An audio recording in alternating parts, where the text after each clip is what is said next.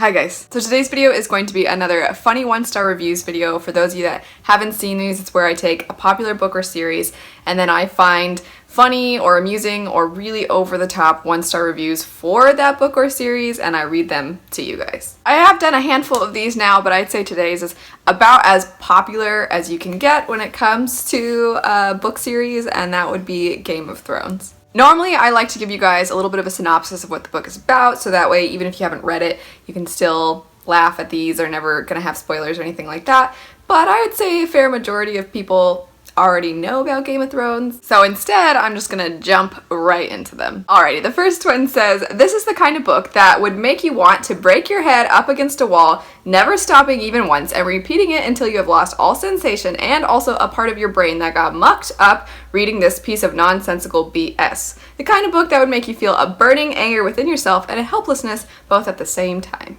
This one says, "There comes a point when you just can't take one more bit of drama just for the sake of it. Like when a character is married to 2 people at once, but then is pregnant with some other dude's baby, but then decides to throw herself off a bridge, but then survives, but is left in a coma that can only be cured by the medicine her dead best friend left in her nightstand." The next one says, "This is like the fat Elvis of books. It's all bloated and overwrought and somehow lacking the hip-shaking young Elvis-ness of young Elvis." This one's a little mature. I am gonna bleep out their curse word, but it says, "Spoiler alert, the most interesting bit of intrigue in this book is that the queen is effing her brother," and that happens pretty early on. Speaking of the queen effing her brother, this one says, "I draw the line at certain things in fiction. Incest is one of them, so I stopped reading. I'm not squeamish. I like a gory beheading as much as the next fantasy fan, but I can't read something that goes against my morals." The next one says, "I hated this book. I loathed and despised it. A friend of mine recommended it to me because I'm a huge J.R.R. Tolkien fan, and she thought I would like it. Any comparisons between George R. R. Martin and J.R.R. Tolkien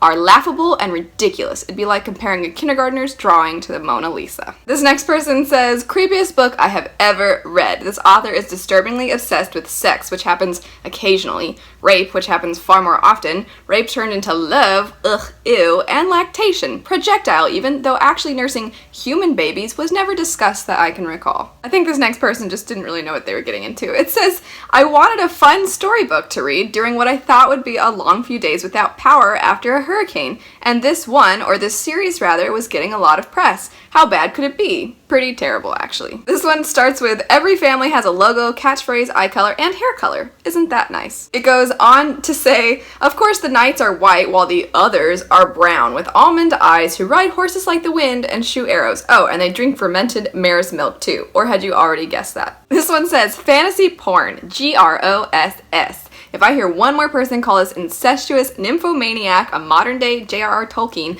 I may vomit. His pedantic, wordy, self-important writing style is so boring that he has to offset it with seedy sex scenes that read like a 50-cent paperback with nothing but a bare male torso on the cover in order to keep anyone interested.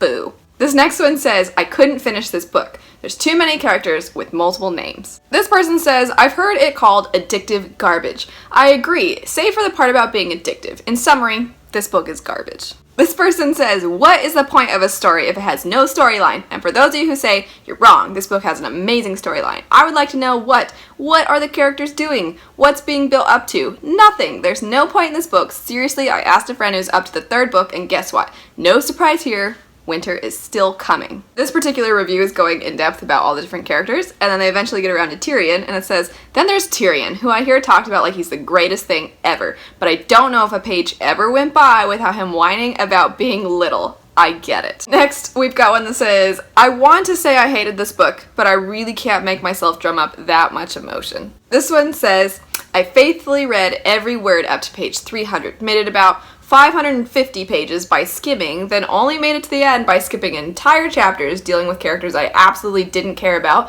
and then just skimming the remaining ones, the characters who might have actually been more interesting if Martin had just actually given them something to do other than wander around looking at things and thinking." This next one says, "A waste of time, rambles and rambles, nothing like Ken Follett books." This next one says, "I heard that there's a lot of nudity, but the book doesn't even have pictures. What a ripoff." This one says, "The plot of this book relies too much on supposedly reasonable people committing unreasonable, rash acts rather than having a simple 5-minute conversation that would clear matters up entirely." This next person seems very at odds. It says, "All these books are terrible. One of them even says, "Meanwhile, back at the wall." I mean, come on, it's piffle, all of it. In saying that, it's extremely difficult to put down. I read all 7 books that have been released, which, are there 7? Anyway, they go on to say, "I got them at Costco for $38. Don't spend that much money on it. If you read it, borrow it."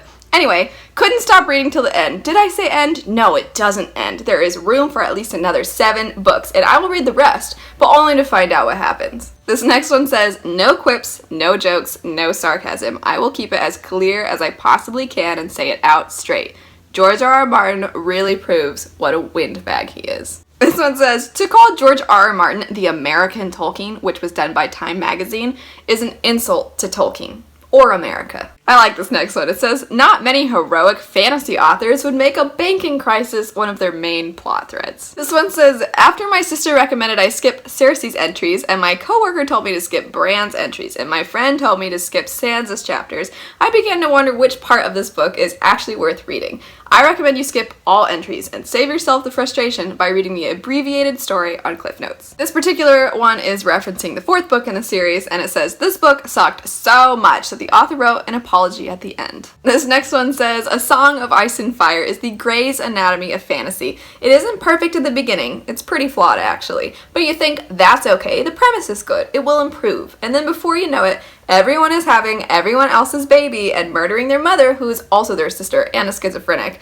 and traveling around on horseback, setting things on fire for no apparent reason." This one says, "The only dark-skinned characters in the book are these savage, massive, brutish thugs who run around burning villages and raping women. Pretty much exclusively." This person is dragging the sex scenes in the book, and it says, "For men, he only ever calls it their manhood, but holy cow does he overuse that word. Meanwhile, for the women, he just can't bring himself to call it anything at all. He just tells you how wet they are, or that the man has entered her." And the last one says, "The unbelievably juvenile map at the beginning of the book should have been a clue that this ride was not going to end well. The names of the roads, towns, forests, etc. were all so stupid. The haunted forest? We came up with better names for our D&D adventures when we were only 13. Anyway, that's it for the funny 1-star reviews for Game of Thrones. Let me know which one was your favorite. I think I'm kind of, I don't know, it's kind of a tie between the person that was like, "These books suck, but I can't stop reading them." I thought that one was super funny.